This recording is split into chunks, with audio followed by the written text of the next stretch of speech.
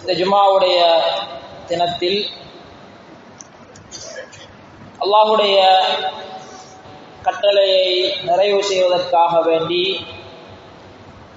இந்த பள்ளிவாயலில் ஜும்ஆவுடைய இஅ்திகாஃபோடு வந்து அமர்ந்திருக்கக்கூடிய அல்லாஹ்வின் நல்லடியார்களே, வாழ்வின் எல்லா நிலைகளிலும் அல்லாஹ் ஒருவனை பயந்து வாழுமாறு முதலில் எனக்கும் பின்னர் உங்களுக்கும் வசிய்யத் செய்து கொள்கிறேன். இன்றைய குத்பாவில் அல்லாஹ்வினுடைய மிகப்பெரிய ஒரு அருளும், அந்த அருள் இன்று மனித வாழ்க்கையில் ஏற்படுத்தி இருக்கக்கூடிய தாக்கங்களும் என்ற தலைப்பில் மிக முக்கியமான ஒரு விடயத்தை பற்றி பேசலாம் என்று இந்த குத்பாவை தயாரிப்பு செய்திருக்கிறேன். மனித வாழ்வு சந்தோஷமாகவும் நிம்மதியாகவும் அருளாகவும் அமைய வேண்டும் என்பதற்காக வேண்டி அல்லாஹ் ரப்புல் ஆலமீன் மனிதர்களுக்கு ஏற்படுத்தி இருக்கக்கூடிய மிகப்பெரிய ஒரு வாய்ப்புதான் திருமணம் என்று சொல்கின்ற ஒரு வாய்ப்பு. இதனால் மனிதர்கள் மட்டுமல்லாமல் எல்லா படைப்புகளும் பலவிதமான பாக்கியங்களை, சந்தோஷங்களை, நிம்மதிகளை பெறுகிறது. மனித வாழ்வின் நிம்மதிக்காக அல்லாஹ் திருமணத்தை வழங்கியிருக்கிறான். ஆனால் மனிதனுடைய நிம்மதியை பறிக்கின்ற ஒன்றாக சமூகத்துக்கு மத்தியில் இந்த திருமணம் என்ற அருள் மாறியிருப்பதை நாங்கள் பார்க்க முடிகிறது. இஸ்லாம்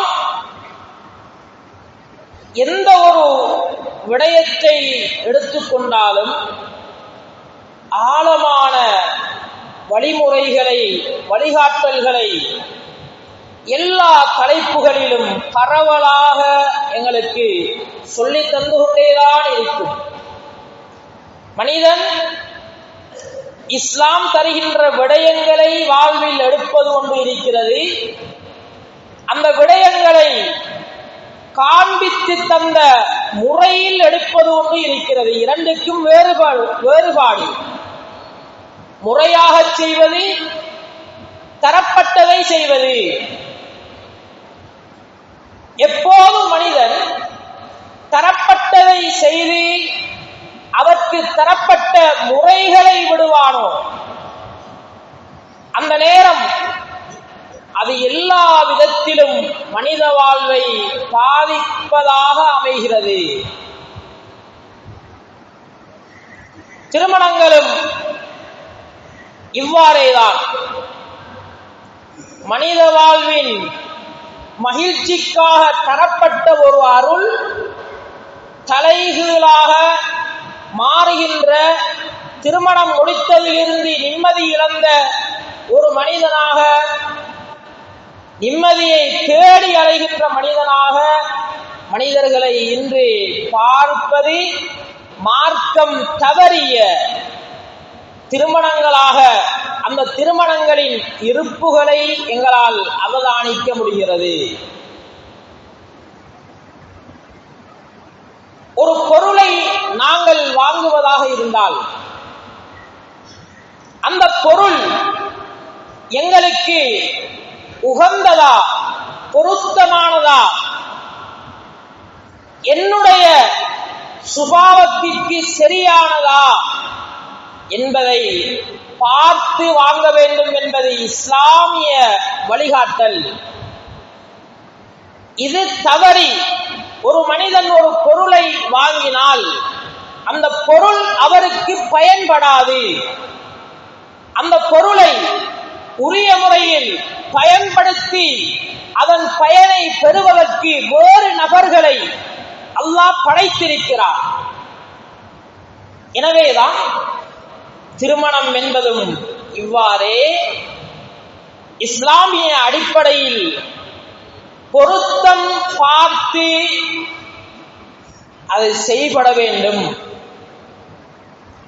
இன்று இஸ்லாமிய பொருத்தப்பாடுகள் ஒருபுறம் இருக்க, உலகம் என்ற அடிப்படையில் உலகத்தினுடைய மொடலிசம் இஸ்ரேல் என்ற அடிப்படையில் திருமணங்கள் பார்க்கப்படுகின்ற, பேசப்படுகின்ற, தேடப்படுகின்ற காரணத்தினால் அதில் அல்லாஹ் வைத்திருக்கக்கூடிய சந்தோஷ நிலை இல்லாத நிலைகளை பார்க்க முடிகிறது. இஸ்லாம் ஒவ்வொரு ஆணையும் திருமணத்துக்கு தகுதியாக எப்படி அடையாளம் செய்திருக்கிறது. அல் குர்ஆனில் அல்லாஹ் ரப்புல் ஆலமீன் தெளிவாக சொல்கிறார், அர்-ரிஜாலு கவ்வாமூன அலன் நிசா. ஆண் என்ற தகுதியை ஒரு கணவன் அடைந்திருக்க வேண்டும். ஆண் என்ற தகுதி இல்லாமல் பணம் என்ற, செல்வம் என்ற, பதவி பட்டம் என்ற, நல்ல வேலை வாய்ப்பு என்ற தகமைகள் உலகத்தில் அவன் பிழைப்பதற்கான தகமையே தவிர அவன் வாழ்கின்ற தகமை கிடையாது. குர்ஆனில் அல்லாஹ் சொல்கிறான், அர்-ரிஜால் ஆண் என்ற தகமை கவ்வாமூன அலன் நிசா. பெண்களை இரண்டாக இஸ்லாம் பிரிக்கின்றது. அதில் முதலாவது இயல்பான அல்லாஹுடைய படைப்பில் உள்ள குறைபாடுகளோடு படைக்கப்பட்ட ஒரு வகை. ஆணையும் பெண்ணையும் அல்லாஹ் படைத்திருக்கிறார். இந்த இரண்டிலும் ஆண்களை ஒரு பெண்ணை விட சில விடயங்களில் உயர்ந்த ஒரு இனமாக அல்லாஹ் படைத்திருக்கிறார்.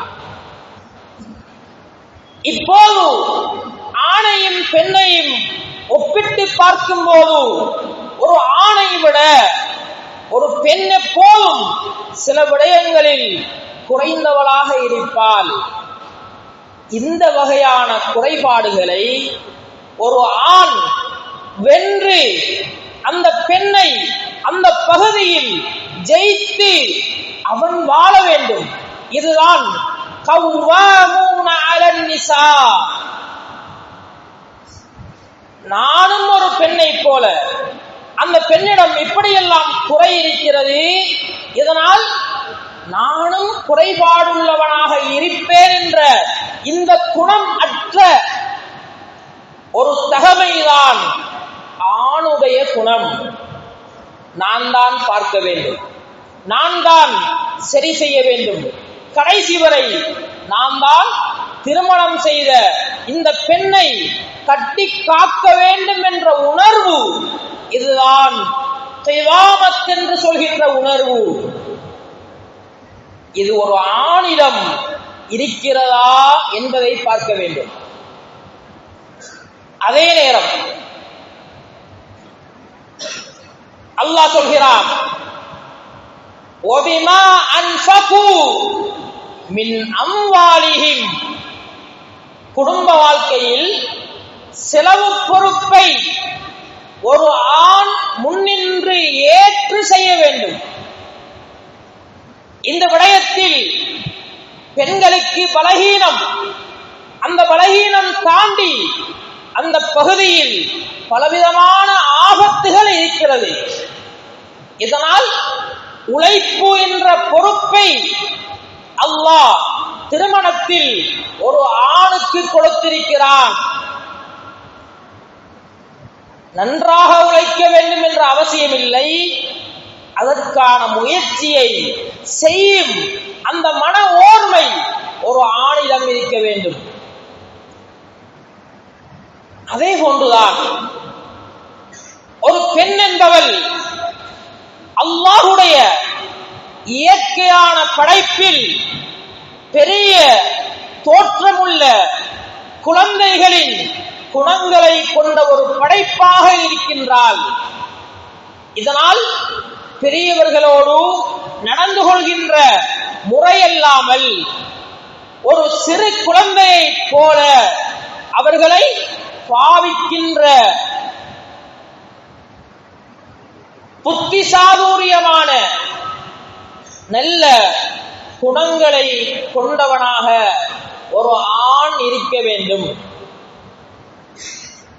ஹஜ்ரத் அபூ ஹுரைரா ரலியல்லாஹு அன்ஹு மிகப்பெரிய ஒரு சஹாபி, அதிகூடுதலான ஹதீதுகளை ரசூல் ஸல்லல்லாஹு அலைஹி வஸல்லம் அவர்களிடமிருந்து பாதுகாத்த ஒரு சஹாபி. எத்தனையோ பேர் அவருடைய மகளை திருமணம் கேட்டு வருகின்றார்கள்.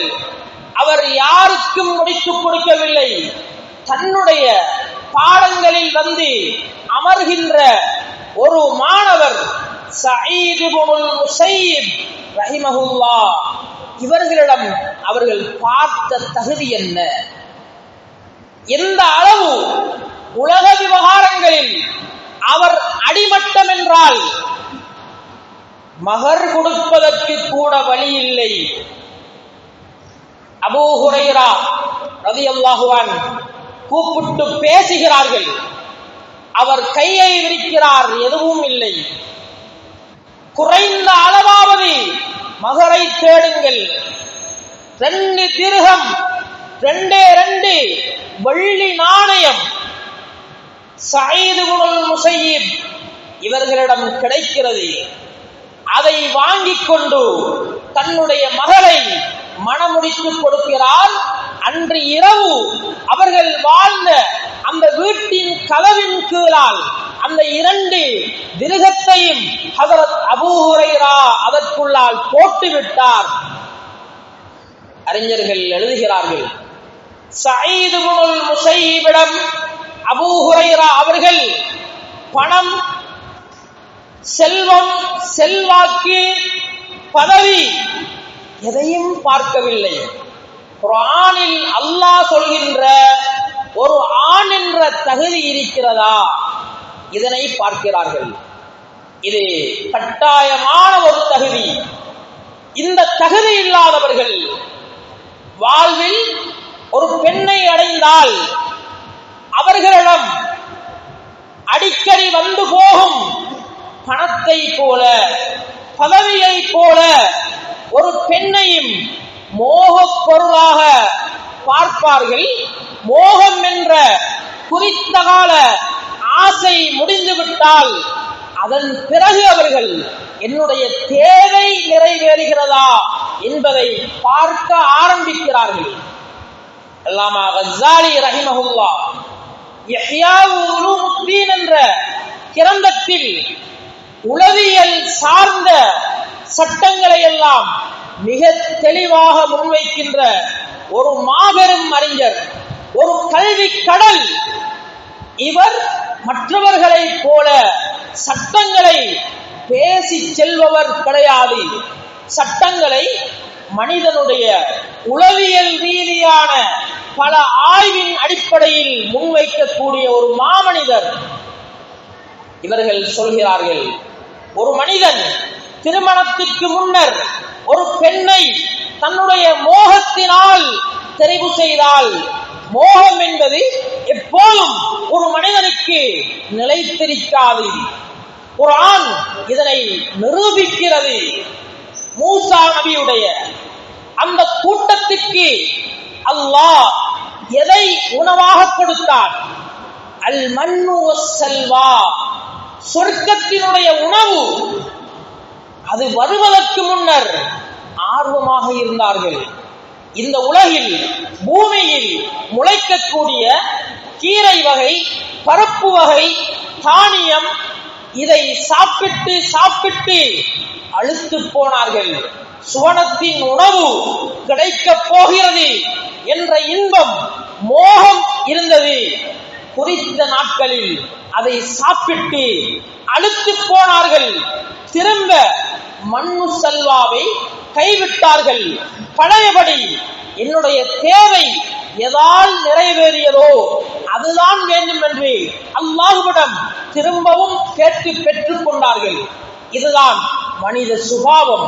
ஒரு மனிதன் தன்னுடைய வாழ்வில் மனோ இச்சையை, தன்னுடைய மன கவர்ச்சியை வைத்து பல மோகம், பல கற்பனையால் திருமணத்தில் ஒரு பெண்ணை தெரிவு செய்தால் அந்த பெண்ணிடம் இருப்பது மோகத்தை தூண்டக்கூடிய அழகாக இருக்கலாம், அதே நேரம் பணமாக இருக்கலாம், அதே நேரம் பிரபலமாக இருக்கலாம்.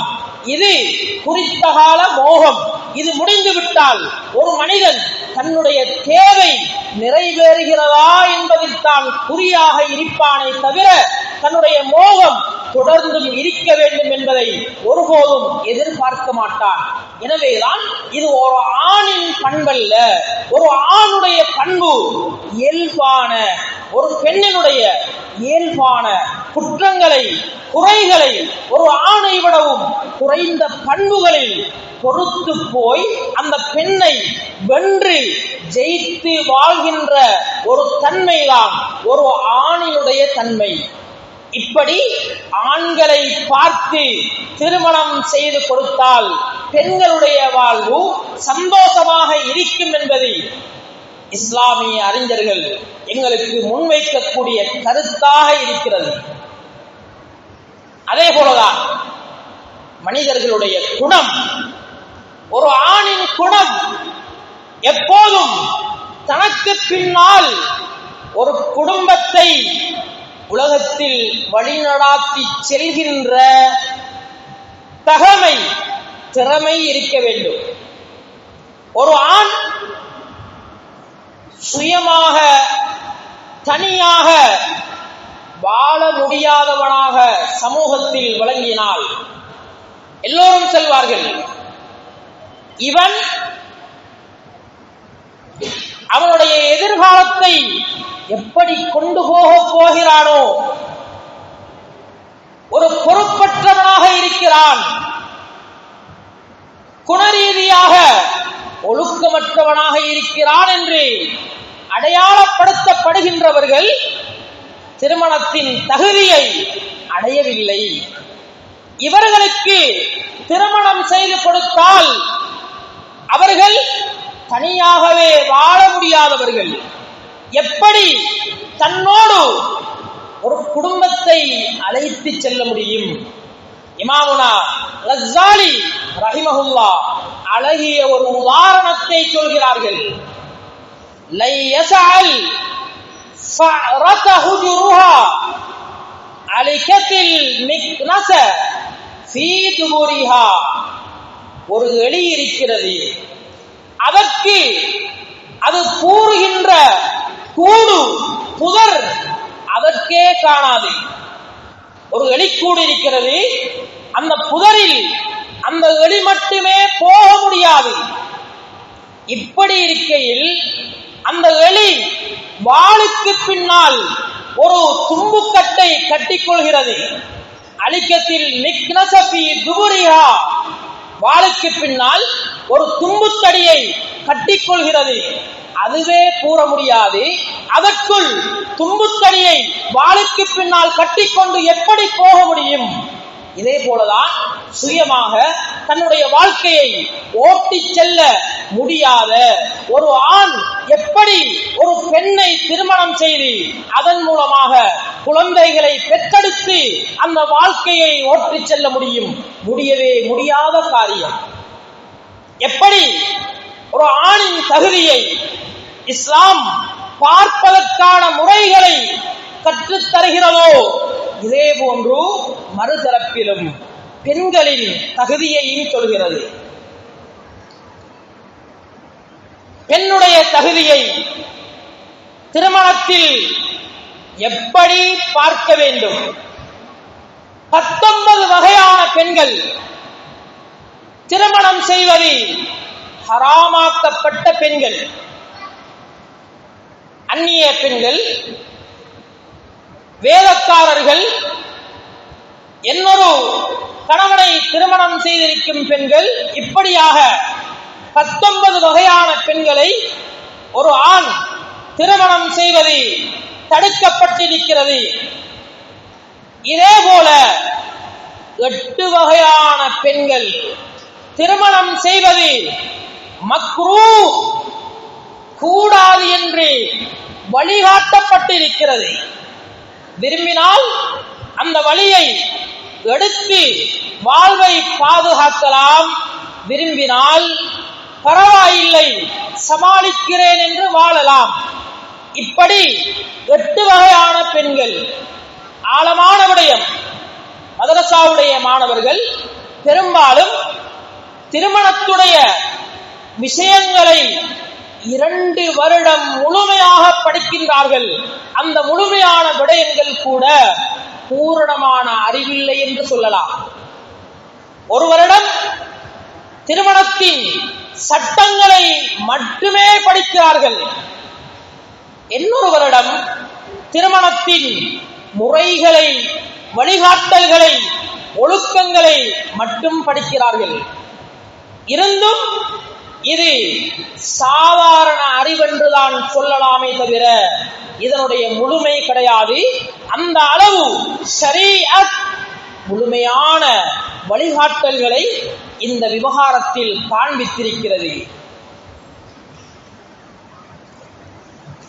இதில் ஒரு வகைதான் நல்ல குணமுள்ள பெண்களை தெரிவு செய்ய வேண்டும். நல்ல குணம் என்றால் என்ன? சாலிஹான பெண்களை திருமணம் செய்யுங்கள் என்று வந்திருக்கக்கூடிய ஹதீஸ் தவறான வியாக்கியானங்களால் விளங்கப்படுத்தப்பட்டிருப்பதை பார்க்கலாம். சாலிஹ் என்பது குர்ஆனை எந்த நேரமும் ஓதுகின்ற, எந்த நேரமும் தொழுகின்ற, நோன்பு பிடிக்கக்கூடிய பெண்கள் என்ற அர்த்தம் கிடையாது. அது ஆபிதா, வணக்கங்களில் உள்ள பெண். அப்படியான பெண்களை திருமணம் செய்தவர்களும் வாழ்வில் ஏன் நிம்மதியை இழக்கிறார்கள்? அல்லாஹ் சொல்கின்ற சாலிஹ் என்பது வாழ்க்கைக்கு பொருத்தமான ஒரு ஆணினுடைய கடமைகளை நிறைவு செய்கின்ற என்ற அர்த்தத்தை பெறுகிறது. இது அல்லாஹ்வோடு சம்பந்தப்பட்ட அடையாளம் அல்ல, அடியார்களோடு சம்பந்தப்பட்ட அடையாளம். ரசூல் ஸல்லல்லாஹு அலைஹி வஸல்லம் இந்த சாலிஹாத் இவர்களுக்கு என்ன சொன்னார்கள்? கானிதாத்துன் ஹாஃபிஸாத்துன் லில் கைப். குர்ஆனிலும் அல்லாஹ் சொல்கிறான்,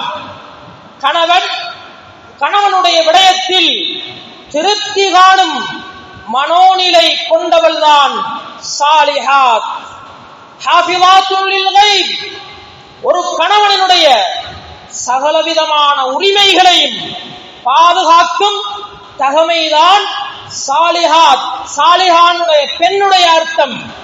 இது அல்லாமல் ஒரு கணவனின் அனுமதி இல்லாமல் நோன்பை கூட, சுன்னத்தான நோன்பை கூட பிடிக்க முடியாது என்று மார்க்கம் சொல்கிறது. இதனை செய்வதுதான் சாலிஹான பெண்ணின் அடையாளம். இல்லை, நான் நல்ல விஷயம் செய்ய போகிறேன், நோன்பு பிடிக்க போகிறேன், யாருடைய அனுமதியும் தேவையில்லை என்று பிரித்தால் அந்த பெண் நல்லது செய்கிறாள், ஆனால் சாலிஹா அல்ல. சாலிஹா என்பது ஒரு கணவனின் விடயங்களில் அந்த பெண் முழுமையானவளாக இருக்க வேண்டும். எனவேதான் இந்த சாலிஹா என்ற பண்பு 6 விதமான பெண்களிடம் இருக்காது. இவர்களை திருமணம் செய்தால் வாழ்வில் சிரமம், சிக்கல் வரும் என்பதை எங்களுடைய அறிஞர்கள் சொல்லி இருக்கிறார்கள். அல்லாமா கஸ்ஸாலி 6 பெண்களையும் சொல்கின்ற போது சொன்னார்கள், லா அன்னானா வலா ஹன்னானா வலா மன்னானா வலா ஹத்தாகா வலா ஷத்தாகா வலா பர்ராகா. 6 பெண்கள். இவர்களை திருமணம் செய்தால் அவர்கள் இருக்கக்கூடிய மோசமான பண்பினால் வாழ்வு பாதிக்கப்படும். ஏற்கனவே அல்லாஹ் இயல்பாக குறையுள்ளவர்களாக பெண்களை படைத்திருக்கிறான் என்று சொன்னோம். அதில் சமாளிக்க வேண்டும். அதில் தன்னுடைய வீரத்தை ஒரு ஆண் காண்பிக்க கூடாது. ஒரு பெண்ணிடம் 2 வகையான குறைகள். ஒன்று அல்லாஹ் குறையாக படைத்தது, இதில் சமாளித்து வாழச் சொல்கிறான். இன்னும் ஒன்று பெற்றோர்களுடைய மோசமான வளர்ப்பினால் ஒரு பெண்ணிடம் இயல்பாக வரக்கூடிய பண்பாடுகள். இதை இஸ்லாம் 2 அடிப்படையில் சொல்கிறது. முதலாவது, இப்படியான பெண்களை திருமணம் செய்தால் சந்தோஷம் இருக்காது என்ற வழிகாட்டல் ஆண்களுக்கு. இரண்டாவது, பெண் பிள்ளைகளை பெற்றெடுத்த பெற்றோர்களுக்கு காண்பித்துக் கொடுக்கிறது. உங்களுடைய பிள்ளைகளை இந்த குணமுள்ளவர்களாக நீங்கள் வளர்த்து விடாதீர்கள். முதலாவது அன்னானா, அணுங்குகின்ற வருத்தம் சொல்கின்ற ஒரு கணவன் கஷ்டப்பட்டு வெளியிலிருந்து வீட்டுக்குள் வந்து விட்டால் நிம்மதியை எதிர்பார்க்கும் நேரம் அணுக்கமும் சினுக்கமும் நோயும் தொடராக பேசுகின்ற ஒரு பெண்ணாக இருந்தால் அந்த மனிதன் உளவியல் ரீதியாக தாக்கப்படுகிறான்.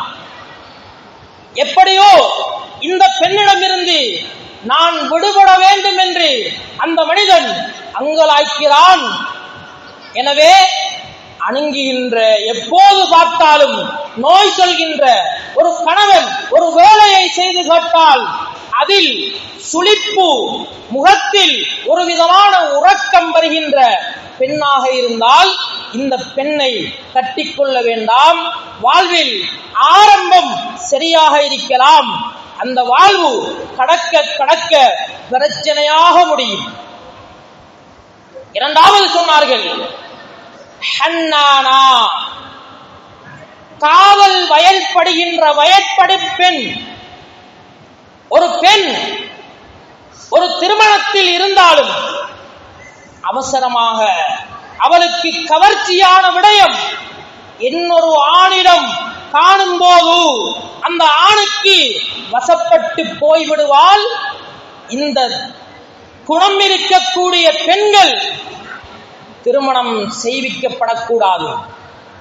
ஒழுக்கம் பெற்றோர்களால் கற்பிக்கப்பட வேண்டும்.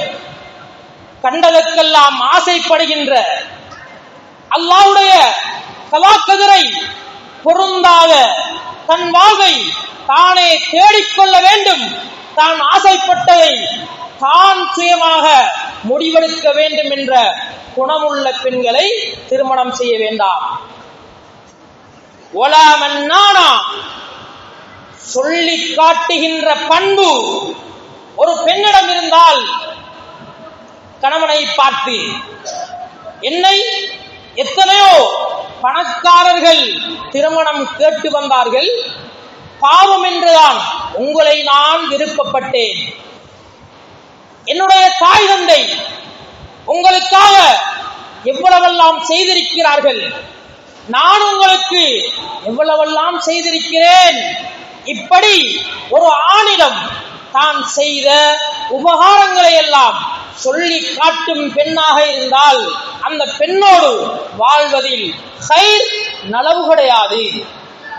இதே போன்றுதான் ஒலா சத்தாக்கா, எப்ப பார்த்தாலும் ஒரு மனிதனோடு அவன் நிம்மதி தேடும் நேரமெல்லாம் பேசி பேசி பேசி அந்த மனிதன் அழுத்து போகும் அளவு அந்த பெண்ணினுடைய நிலை இருக்கக்கூடாது. அரபியர்கள் சொல்வார்கள், வலா முத்தசத்திகா சதகத்துல் கலாம், வளவளவென்று எப்போதும் பேசுகின்றவர்கள். ஒரு ஆண் அமைதி தேடி நிம்மதி தேடி வீட்டுக்குள் வந்தால் அந்த பெண்ணுடைய சகல செயற்பாடும் நிம்மதியை வழங்கும் அளவு இருக்க வேண்டும். இதே போன்று வலா ஹத்தாகா, கண்டை விரித்து இன்னொரு மனிதனை அவனின் சொத்துக்களை வாய் பிளந்து பார்ப்பவள். என்ன பிரச்சனை? பக்கத்து வீட்டு ஆண் 2-3 மாளிகை கட்டி இருக்கிறான், வாகனம் வாங்கி இருக்கிறான், ஒரு நாளைக்கு 5000 சம்பாதிக்கிறான். இதை பெரிதாக பார்ப்பாள். இந்த பெண்களால் என்ன பிரச்சனை?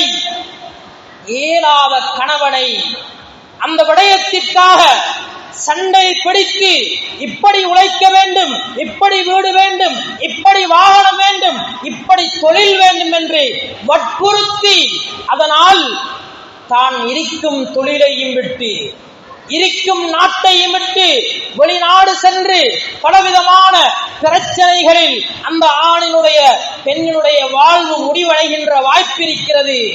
இதனால் எதையும் வாய் பிளந்து ஆசையோடு பார்க்கும் பெண்களாக இருந்தால் இவர்களை திருமணம் முடிக்கக்கூடாது, வாழ்வில் சிரமம் ஏற்படும். வலா அல் பர்ராகா, கணவன் வீட்டில் இல்லாத போது தன்னை அலங்கரிக்கக்கூடிய, தன்னை சீறி சிங்காரிக்கக்கூடிய அந்த பண்பிருந்தால் அந்த கணவனின் ஆசைக்கான ஒரு யோசனை அவளில் மனதில் இருக்காது. பிற ஆண்களுக்கு நான் அழகாக தென்பட வேண்டும். வீட்டில் கணவன் இல்லாத நேரம், வெளியில் போகும் நேரம் அல்லது வெளிநாடுகளில் இருக்கும் நேரம், எப்ப பார்த்தாலும் தன்னை அலங்கரிக்கக்கூடிய பண்பு இருந்தால் இதனை இஸ்லாம் பிழையான குணமாக அடையாளப்படுத்துகிறது. இப்படியான 6 வகையான பெண்களை அல்லாமா கஸ்ஸாலி ரஹ்மஹுல்லாஹ் இஹ்யா உலூமுத்தீன் என்ற கிரந்தத்தில் குறிப்பிட்டு இவர்களை திருமணம் செய்தால் வாழ்வில் சந்தோஷ நிலைகளை நாங்கள் இழக்க வேண்டி வரும். இதனை இன்னும் சில அறிஞர்கள், இன்னும் சில பெண்கள் இருக்கிறார்கள், அவர்கள் யார் என்பதையும் அடையாளப்படுத்தி இருக்கிறார்கள். அஸ்ஸாயிஹ் அல் அஸதி என்று சொல்கின்ற ஒரு வாலிபர் இருந்தார். முழு உலகிலும் பயணம் செய்வார். நல்ல மனிதர்களை, சாலிஹீன்களை கண்டால் அவர்களோடு தங்கி வாழ்க்கையின் பாடங்களை பெறுகின்ற மிக முக்கியமான உலகறிந்த ஒரு பயணி சாயிஹ் அல் அஸதி என்று சொல்கின்ற மனிதர். ஒரு நாள் இல்யாஸ் நபி அலைஹிஸ்ஸலாம் அவர்களை இவர்களுடைய பயணத்தில் சந்திக்கிறார்.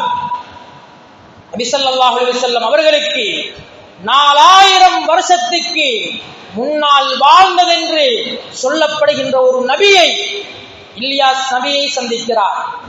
அவர் வயது வந்தும் திருமணம் செய்யவில்லை. சாயிஹ் அல் அஸதி இவர்களுடைய நல்ல குணம், வணக்க வழிபாடுகளுடைய நிறைவு, ஒழுக்க நிறைவு, கொடுக்கல் வாங்கல், மனித விவகாரங்களில் திருப்தி, எல்லாவற்றையும் கண்ட நபி இல்யாஸ் ஒரு கேள்வி கேட்கிறார். சாயிஹ், ஏன் இதுவரை திருமணம் செய்யாமல் இருக்கிறீர்கள்? சாயிஹ் அல் அஸதி சொல்கிறார், நான் அனுபவப்பட்டவரை, கேள்விப்பட்டவரை பெண்கள் எல்லாம் மோசமாகிவிட்டார்கள், இதனால் நான் திருமணம் செய்வதில்லை. இல்யாஸ் நபி அவர்கள் அப்போது ஒரு அறிவுரை சொன்னார்கள். சாயிஹ், விடயம் அப்படி அல்ல, நல்ல பெண்களை அல்லாஹ் வைத்திருக்கிறார், நல்லவர்களும் இருக்கிறார்கள், பெற்றோர்கள் ஒழுங்காக முறையாக வளர்த்த பெண்கள் இருக்கிறார்கள். எனவே நான் 4 அடையாளங்களை பெண்களின் விடயத்தில் சொல்கிறேன். அந்த 4ஐயும் விட்டுவிட்டு ஏனைய பெண்களை நீங்கள் திருமணம் செய்யலாம் என்று இல்யாஸ் நபி அவர்கள் அங்கே கற்பித்து கொடுக்கின்றார்கள். முதலாவது சொன்னார்கள், ஆஹிரா, நாஷிதா, முஹ்தலியா, முபாரியா, 4 விதமான பெண்கள் இருக்கிறார்கள். அதில் முதலாவது ஆஹிரா, ஆண்களை நண்பர்களாக வைத்திருக்கக்கூடிய பெண்கள். இவர்களை திருமணம் செய்ய வேண்டாம்.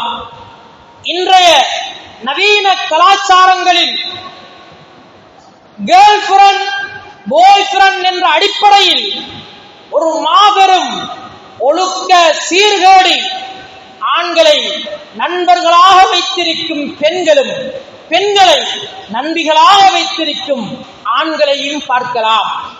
அல்லாஹ் சொல்கிறான், ஒரு சோடியை ஏன் படைத்திருக்கிறார்? சகலவிதமான உணர்ச்சிகரமான விடயங்களையும் ஒரு ஆணிடம் இருந்துதான் அந்த பெண் கற்க வேண்டும். ஆனால் இந்த ஆகிரத் என்று சொல்கின்ற பண்பு யாரிடமெல்லாம் இருக்கிறதோ இவர்கள் மாறுபட்ட பாலினங்கள். இவர்கள் தொடர்பாடல்களை நேரடியாகவோ அல்லது தள்ளி நின்று போன் மூலமாகவோ ஏற்படுத்தினால் இவர்களுக்கு மத்தியில் உள்ள தொடர்பாடல்கள் நிச்சயமாக ஒரு கணவனின் மூலமாக ஒரு பெண்ணுக்கு கிடைக்கக்கூடிய அந்த அனுபவங்களை பெறுகிறாள். இதனால் அந்த பெண் உளவியல் ரீதியாக பாதிக்கப்பட்டு அந்த பெண் ஒரு ஆணினுடைய தேவை அற்றவளாக வளர்கிறாள்.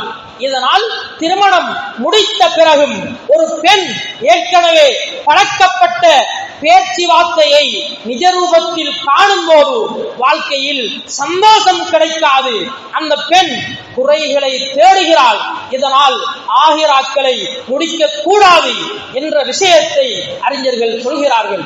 இதனால் பல்வேறு பிரச்சனைகள் இன்று எங்களுடைய இஸ்லாமிய சமூகத்திற்கு மத்தியில் உருவெடுத்திருப்பதை பார்க்கலாம். இதே போன்றுதான் நாஷிதா, கணவனுக்கு கட்டுப்படாத, கணவன் என்ன சொன்னாலும் மீறி பேசுகின்ற ஒரு பெண்ணாக இருந்தால் இந்த பெண்கள் இவர்கள் மூலமாக வாழ்வில் சந்தோஷம் வராது, ஏற்படாது. இஸ்லாம் இதனை எங்களுக்கு சொல்கிறது. இப்படியாக நீங்கள் கண்டால் அவர்களை ஒதுக்குங்கள், புறக்கணியுங்கள், குடும்பத்தை கூப்பிட்டு விஷயத்தை பேசுங்கள், அடித்து பாருங்கள். கட்டுப்பட்டு விட்டால் சரி, இல்லை என்றால் பிரிந்து விடுங்கள் என்று குர்ஆன் எங்களுக்கு தெளிவாக இவர்களை பற்றி பேசுகிறது. இதே போன்றுதான் முஹ்தலியா, சிறு பிரச்சனை வாழ்வில் வந்தாலும் என்னை தலாக் சொல்லிவிடு, நீ உனது வீட்டுக்கு போ, நீ உனது தாய் தந்தையோடு போ, அல்ல என்னை கொண்டு போய் என்னுடைய வீட்டில் விட்டுவிடு. இப்படியாக முஹ்தலியா திருமணத்தை பிரிக்கும் உணர்விலேதான் பேசுவாள். இப்படி பெண்களை திருமணம் செய்ய வேண்டாம் என்று இஸ்லாம் எங்களுக்கு அறிவுரை சொல்கிறது. இதே போலதான் முபாரியா, எதையும் போட்டி மனப்பான்மையாக எடுப்பவள், சிறிய விடயத்தையும் போட்டியாக பார்ப்பாள். வாழ்வு என்பது சமாளித்து போக வேண்டியது. ஏட்டிக்கு போட்டி என்ற உணர்வு வந்துவிட்டால் வாழ்க்கை சின்ன பின்னமாக போகின்றது. எனவேதான் இஸ்லாம் இது அல்லாத பல ஆழங்களை இந்த விடயத்தில் சொல்கிறது. இதனால் சரியான பொருத்தம், சரியான ஒழுக்கம், நெறிமுறை தவறிய விடயங்களால் நாங்கள் பலவிதமான இன்னல்களை, சிக்கல்களை, பிரச்சனைகளை சந்திக்கின்றோம். நாங்கள் தெரிவு செய்கிறோம். தெரிவெல்லாம் எப்படி இருக்கிறது? மனம் போன போக்கில், உலக லாபத்திற்காக, உலக மோகத்திற்காக இருக்கின்றது. இதனால் இவ்வாறான பல பிரச்சனைகள் வாழ்வில் ஏற்பட்டு ஒவ்வொரு ஆணும் ஒவ்வொரு பெண்ணும் பலவிதமான மன உளைச்சலோடு வாழ்கின்ற, வழிகாட்டிக் கொண்டு வழிகாட்ட முடியாமல் வாழ்கின்ற பலவிதமான முசீபத்துகளை பார்க்கலாம். இது அல்லாமல் இன்னும் பல விடயங்களை சொல்லிக்கொண்டே போகலாம். இஸ்லாமிய முறை தவறிய திருமணங்களால் வாழ்க்கையில் என்னென்ன ரீதியாக என்னென்ன பிரச்சனை வருகிறது, அது எப்படியான தாக்கங்களை மனிதர்களில் ஏற்படுத்துகிறது என்று சொல்லிக்கொண்டே போகலாம். அந்த அளவு ஆழமான ஒரு தலைப்பு. ஆனால் அரை மணி நேரம் இவ்வளவுதான் சொல்லலாம் என்ற அடிப்படையில் இங்கே முன்வைத்திருக்கிறேன். அல்லாஹ் ரப்பல் ஆலமீன் எங்கள் அனைவரையும் மன்னிப்பானாக. யா அல்லாஹ் எங்களுடைய நோய்களை எல்லாம் லேசாக்கி விடு யா அல்லாஹ். யா அல்லாஹ் நோய் என்ற அடிப்படையில் யாரெல்லாம் பாதிக்கப்பட்டிருக்கிறார்களோ அவர்களுக்கு நீ உதவி யா அல்லாஹ். யா அல்லாஹ் அனைவருடைய திருமண வாழ்க்கையை நீ சந்தோஷமாக வைத்து விடு யா அல்லாஹ். நல்ல குழந்தைகளாக, நல்ல பண்புள்ள ஆண்களாக, பெண்களாக எங்களுடைய குழந்தைகளை நாங்கள் வளர்த்தெடுப்பதற்கு அருள் செய்து விடு யா அல்லாஹ். எல்லோருடைய வாழ்க்கையிலையும் நிம்மதியையும் சந்தோஷத்தையும் கொடுத்து விடு யா அல்லாஹ். திருமணம் என்பது வாழ்க்கைக்கு நல்ல சந்தோஷமாக அமைய வேண்டும் யா அல்லாஹ். அதில் யாரையும் சிரமப்படுத்தி விடாமல் அனைவருக்கும் நிம்மதியான விமோசனமான வாழ்க்கையை கொடுத்து விடு யா அல்லாஹ். வா ஆகிரு தஅவானா அல்ஹம்துலில்லாஹி ரப்பில் ஆலமீன்.